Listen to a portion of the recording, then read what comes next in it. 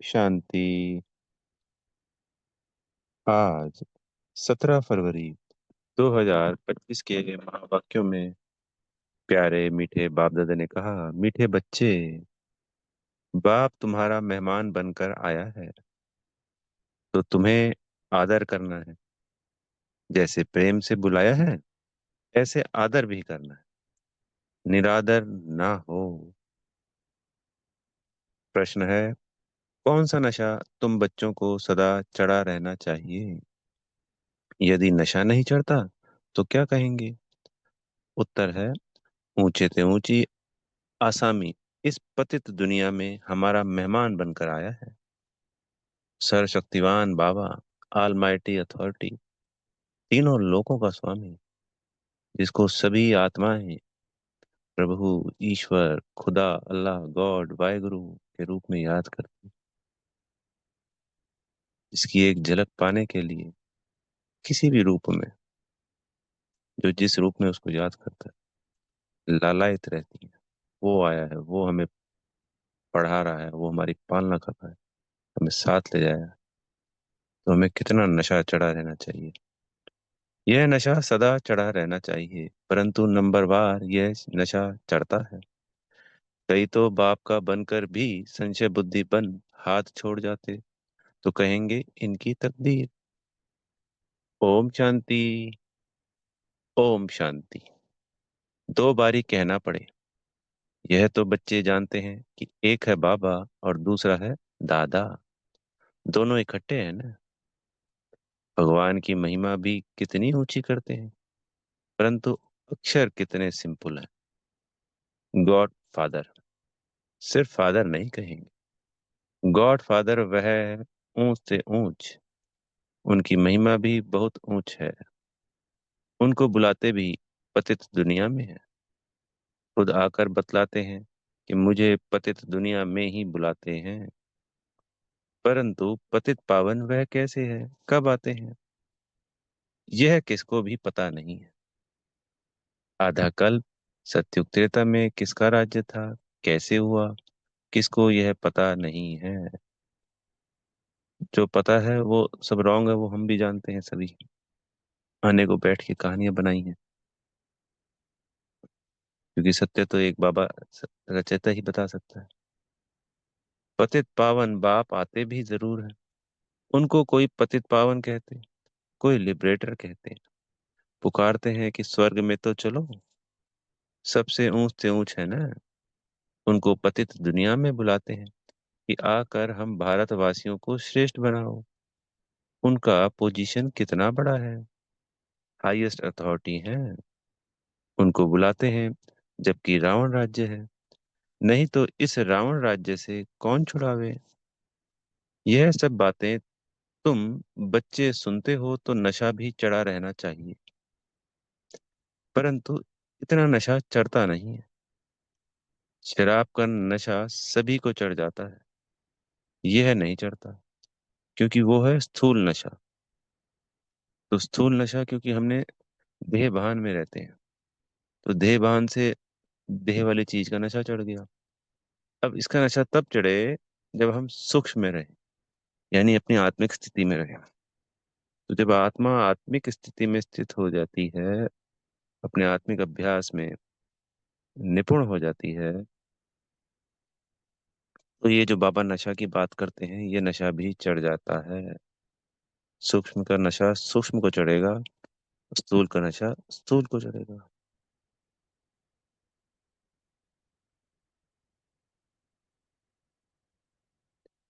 यह नहीं चढ़ता।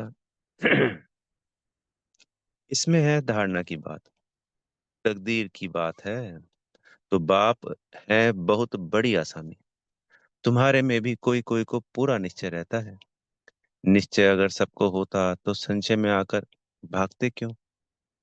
बाप को भूल जाते हैं, बाप के बने, और फिर बाप के लिए कोई संशय बुद्धि में नहीं हो सकता। परंतु यह बाप है वंडरफुल। गायन भी है, आश्चर्यवत बाबा को जानंती, बाबा कहंती, ज्ञान सुनंती, सुनावंती, अहो माया, फिर भी संशय बुद्ध, संशय बुद्धि बनावंती। बाप समझाते हैं, इन भक्ति मार्ग के शास्त्रों में कोई सार नहीं है। बाप कहते हैं, मुझे कोई भी जानते नहीं। तुम बच्चों में भी मुश्किल कोई ठहर सकते हैं। तुम भी फील करते हो कि वह याद स्थायी ठहरती नहीं है। हम आत्मा बिंदी हैं, बाबा भी बिंदी है। वह हमारा बाप है। उनको अपना शरीर तो है नहीं।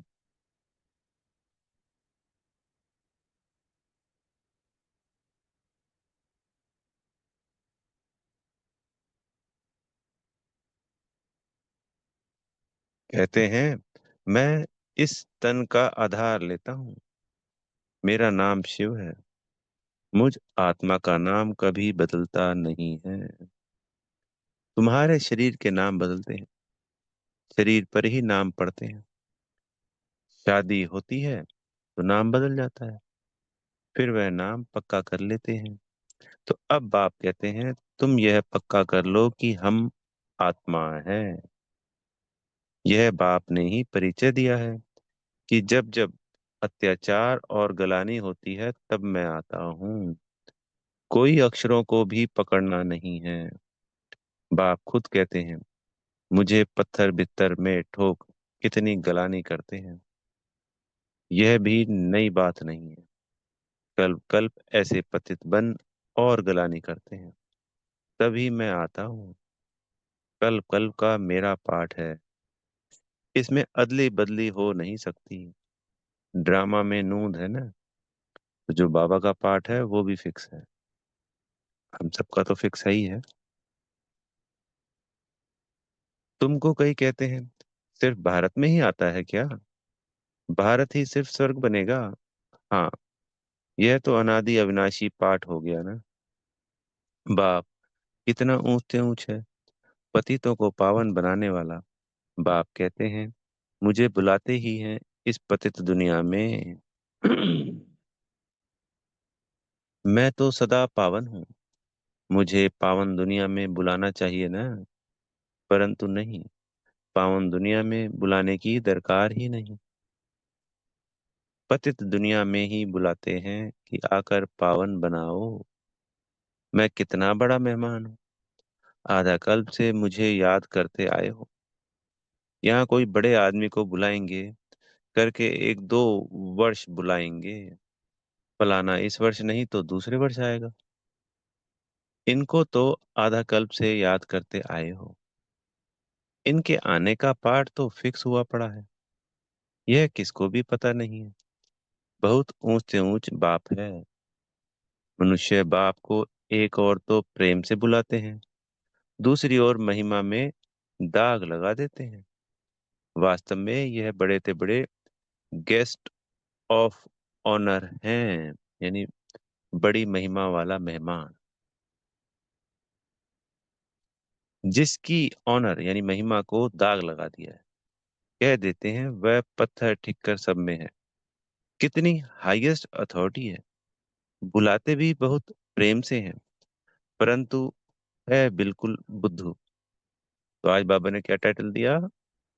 बुद्धू। मैं ही आकर अपना परिचय देता हूँ कि मैं तुम्हारा फादर हूँ। मुझे गॉड फादर कहते हैं। जब सब रावण की कैद में हो जाते हैं तब ही बाप को आना होता है, क्योंकि सब हैं भक्तियां अथवा ब्राइड्स, सीताएं। बाप है ब्राइड्स ग्रूम, राम। एक सीता की बात नहीं है। सब सीताओं को रावण की जेल से छुड़ाते हैं। यह है बेहद की बात। यह है पुरानी पतित दुनिया। इसका पुराना होना फिर नया होना एक्यूरेट है। यह शरीर आदि तो कोई जल्दी पुराने हो जाते, कोई जास्ती टाइम चलते हैं। यह ड्रामा में एक्यूरेट नूंद है। पूरे 5,000 वर्ष बाद फिर मुझे आना पड़ता है। मैं ही आकर अपना परिचय देता हूँ और सृष्टि चक्र का राज समझाता हूँ। किसको भी ना मेरी पहचान है, ना ब्रह्मा विष्णु शंकर की, ना लक्ष्मी नारायण की, ना राम सीता की पहचान है। ऊंच से ऊंच एक्टर्स ड्रामा के अंदर तो यही है। तो सबसे पहले कौन है? शिव बाबा सबसे ऊंचे थे ऊंच। फिर है ब्रह्मा विष्णु शंकर सूक्ष्म तनवासी। और फिर इस धरा पे सबसे ऊपर सर्वोच्च धरा पे जो मनुष्य है की बात कर रहे हैं, इन देवी देवताओं में लक्ष्मी नारायण और फिर राम सीता जी। है तो मनुष्यों की बात, कोई 8-10 भुजा वाले मनुष्य नहीं है। विष्णु को 4 भुजा क्यों दिखाते हैं? रावण के 10 शीश क्या है, यह किसको भी पता नहीं है। बाप ही आकर सारे वर्ल्ड की आदि मध्य अंत का नॉलेज बताते हैं। कहते हैं मैं हूँ बड़े ते बड़ा गेस्ट, परंतु गुप्त यह भी सिर्फ तुम ही जानते हो। परंतु जानते हुए भी फिर भूल जाते हो। उनका कितना रिगार्ड रखना चाहिए, उन्हें याद करना चाहिए। आत्मा भी निराकार, परमात्मा भी निराकार, इसमें फोटो की भी बात नहीं। तुमको तो आत्मा निश्चय कर बाप को याद करना है। देह अभिमान छोड़ना है। तुम्हें सदैव अविनाशी चीज को देखना चाहिए। तुम विनाशी देह को क्यों देखते हो? देही अभिमानी बनो, इसमें ही मेहनत है। जितना याद में रहेंगे उतना कर्मातीत अवस्था को पाए उच्च पद पाएंगे।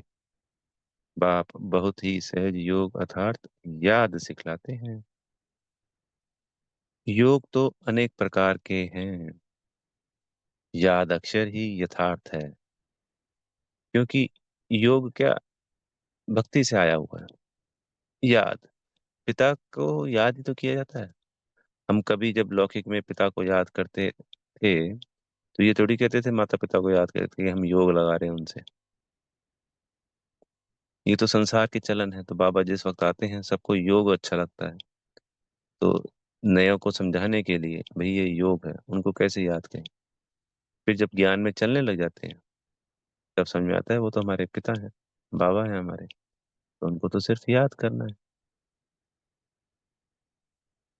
परमात्मा बाप को याद करने में ही मेहनत है। कोई विरला सच बताते हैं कि हम इतना समय याद में रहा। याद करते ही नहीं तो सुनाने में लज्जा आती है। लिखते हैं सारा दिन 1 घंटा याद में रहे, तो लज्जा आनी चाहिए ना। ऐसा बाप जिसको दिन रात याद करना चाहिए और हम सिर्फ 1 घंटा याद करते हैं, इसमें बड़ी गुप्त मेहनत है।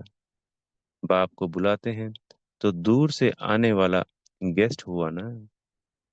बाप कहते हैं मैं नई दुनिया का गेस्ट नहीं बनता हूँ, आता ही हूँ पुरानी दुनिया में। नई दुनिया की स्थापना आकर करता हूँ। यह पुरानी दुनिया है, यह भी कोई यथार्थ रीति नहीं जानते हैं। नई दुनिया की आयु ही नहीं जानते। बाप कहते हैं यह नॉलेज मैं ही आकर देता हूँ। फिर ड्रामा अनुसार यह नॉलेज गुम हो जाती है। फिर कल बाद यह पाठ रिपीट होगा। मुझे बुलाते हैं, वर्ष वर्ष शिव जयंती मनाते हैं। जो होकर जाते हैं तो उनकी वर्ष वर्ष वर्षी मनाते हैं। शिव बाबा की भी 12 मास बाद जयंती मनाते हैं। परंतु कब से मनाते आए हैं यह किसको भी पता नहीं है। सिर्फ कह देते हैं कि लाखों वर्ष हुए।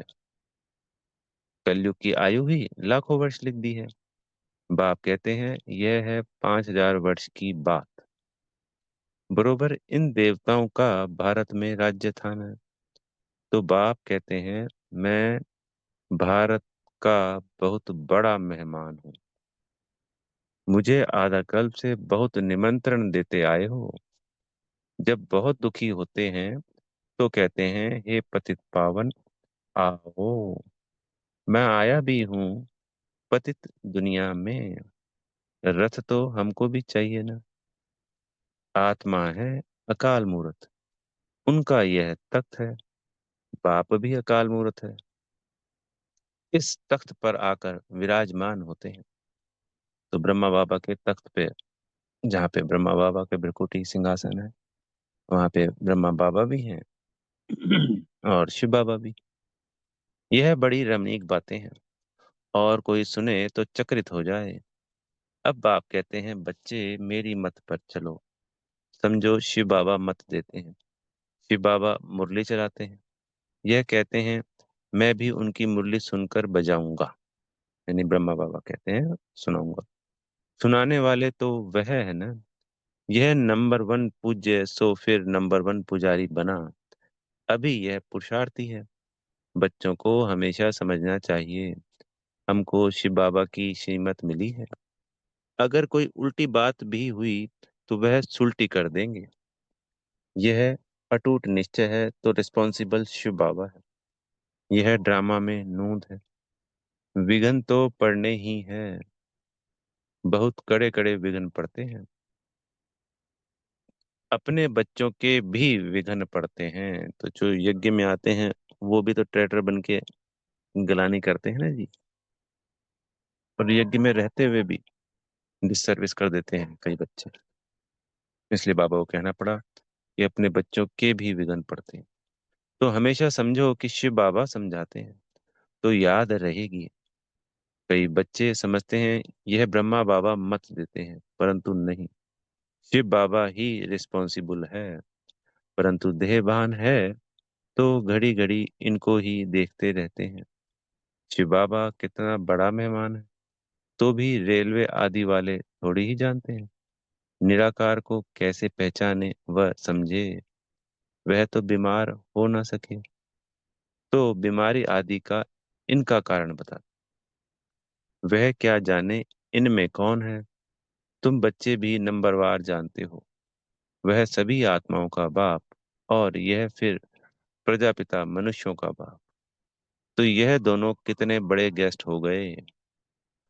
बाप कहते हैं, जो कुछ होता है ड्रामा में नूंद है। मैं भी ड्रामा के बंधन में बांधा हुआ हूँ, नूंद बिगर कुछ कर नहीं सकता हूँ। माया भी बड़ी दुष्टर है, राम और रावण दोनों का पाठ है। ड्रामा में रावण चैतन्य होता तो कहता, मैं भी इस ड्रामा अनुसार आता हूँ। यह दुख और सुख का खेल है। सुख है नई दुनिया में, दुख है पुरानी दुनिया में। नई दुनिया में थोड़े मनुष्य, पुरानी दुनिया में कितने ढेर मनुष्य। पतित पावन बाप को ही बुलाते हैं कि आकर पावन दुनिया बनाओ।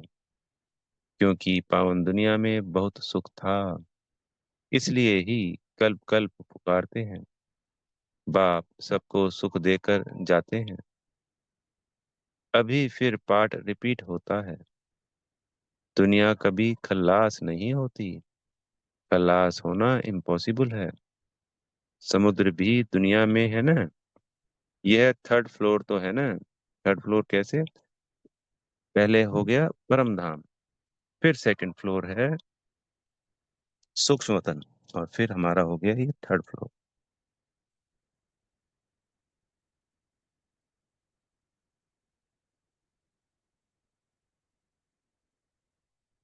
कहते हैं जलमई पानी पानी हो जाता है, फिर भी पृथ्वी फ्लोर तो है ना। पानी भी तो है ना। पृथ्वी फ्लोर कोई विनाश नहीं हो सकता। जल भी इस फ्लोर में होता है, यानी कोई ठोस वस्तु होगी उसी पे तो जल टिकेगा। तो इस धरती पे तो टिका हुआ है जल। सेकंड और फर्स्ट फ्लोर, सूक्ष्म वतन और मूल वतन में तो जल होता नहीं। यह बेहद सृष्टि के तीन फ्लोर हैं, जिसको तुम बच्चों के सिवाय कोई भी नहीं जानते। यह खुशी की बात सबको खुशी से सुनानी है। जो पूरे पास होते हैं उनका ही अतीन्द्रिय सुख गाया हुआ है। जो रात दिन सर्विस पर तत्पर हैं, तो पास विद ऑनर 8 हैं। वैसे टोटल पास 108 हैं। उनमें अंश मात्र की कुछ मान लीजिए कमी रहती, और 0.1% का फर्क होता है आपस में। तो 108 को वो अतीन्द्रिय सुख की प्राप्ति होगी अंत तक सभी बच्चों को। पर जो गायन है, क्योंकि गायन होता है किसका? मुख्य का होता है, मेन का।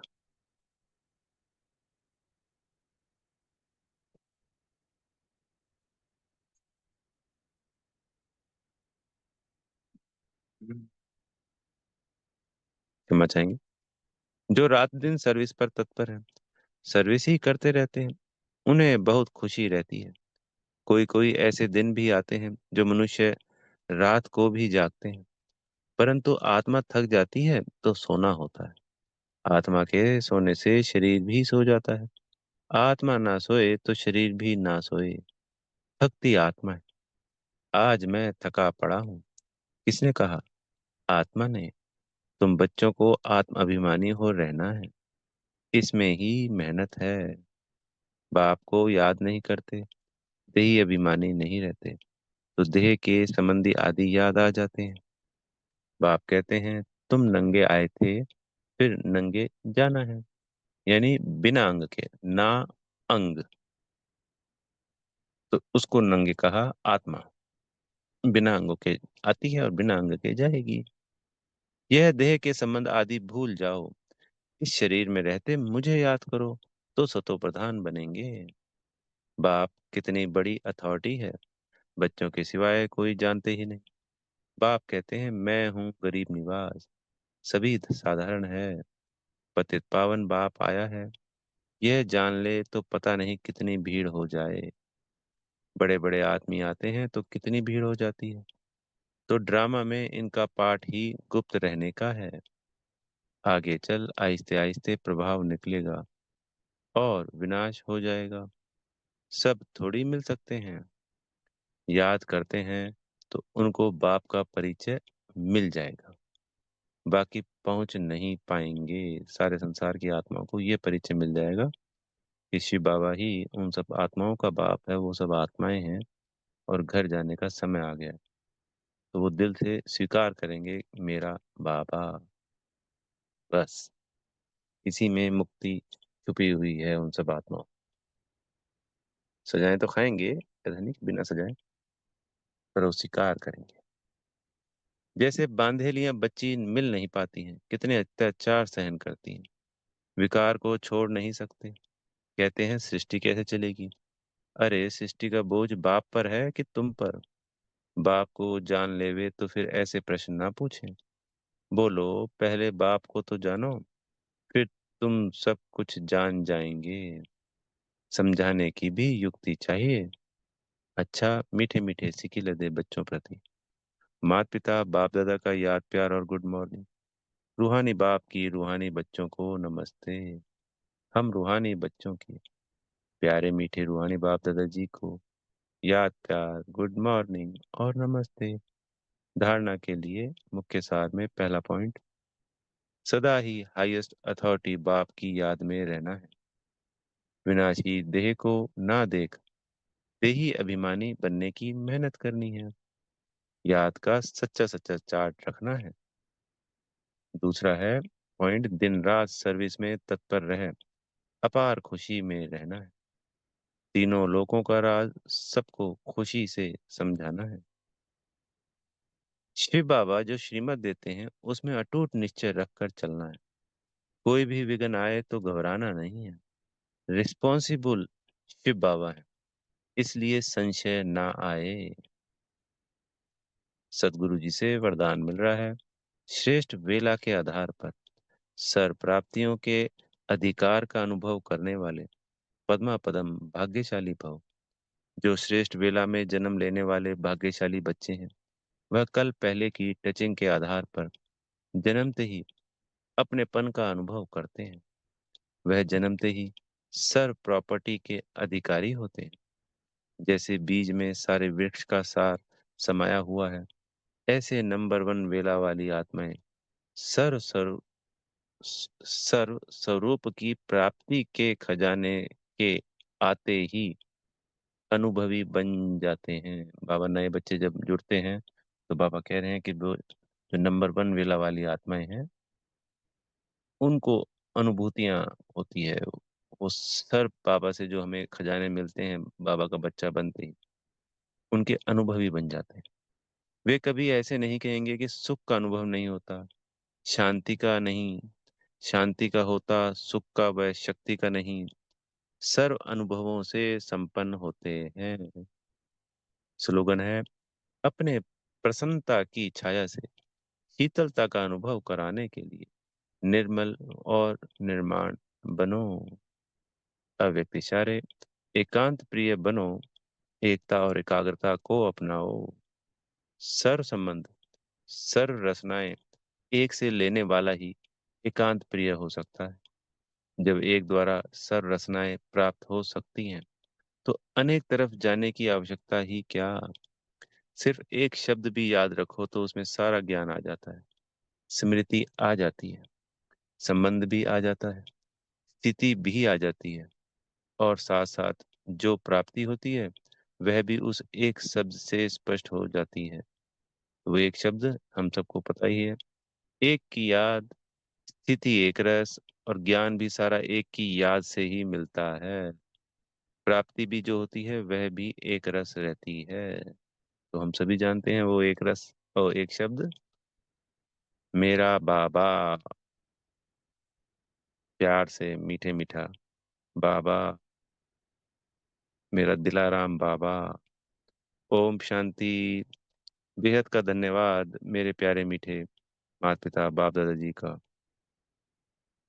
आप सभी आत्मा भाइयों का। और क्षमा चाहेंगे, आज शायद नमस्ते गुड मॉर्निंग नहीं किया, याद नहीं है। अभी कर लेते हैं, अगर कर लिया तो भी दोबारा कर लेते हैं, नहीं किया तो भी। हम रूहानी बच्चों की प्यारे मीठे रूहानी बाप दादाजी माता पिता जी को याद प्यार, गुड मॉर्निंग और नमस्ते। बेहद का धन्यवाद आप सब आत्मा भाइयों का, बेहद का धन्यवाद और बेहद की शुभकामनाएं।